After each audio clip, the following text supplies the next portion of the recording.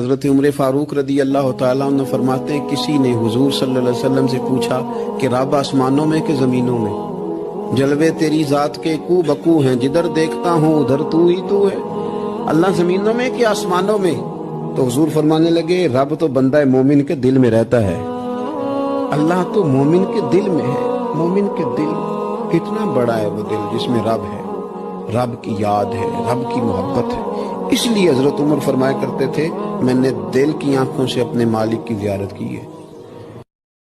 پھر حضور فرمانے لگے، حضرت علی فرماتے ہیں، کہتے ہیں حضور فرمانے لگے فاطمہ تو بھی، میں بھی، حسن بھی، حسین بھی، اور یہ جو سو رہا ہے، کہتے ہیں میں تو چادر اوڑی ہوئی تھی نا، فرمایا فاطمہ میں بھی، تو بھی، حسنین بھی، اور یہ جو سو رہے ہیں، فرمایا سارے مل کے جنت میں داخل ہوں گے۔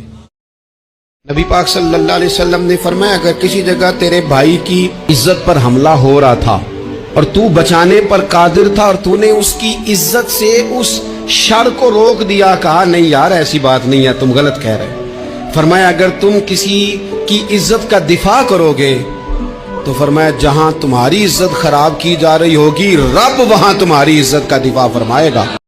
حضرت علی رضی اللہ تعالیٰ عنہ فرمانے لگے یاد رکھ لو صبر کا ایمان میں وہی مقام ہے جو تمہارے جسم میں تمہارے سر کا ہے۔ تو فرمایا یاد رکھو جب سر چلا جاتا ہے تو جسم چلا جاتا ہے، اور جب صبر چلا جاتا ہے تو ایمان چلا جاتا ہے۔ صبر کا دامن تھام کے رکھو۔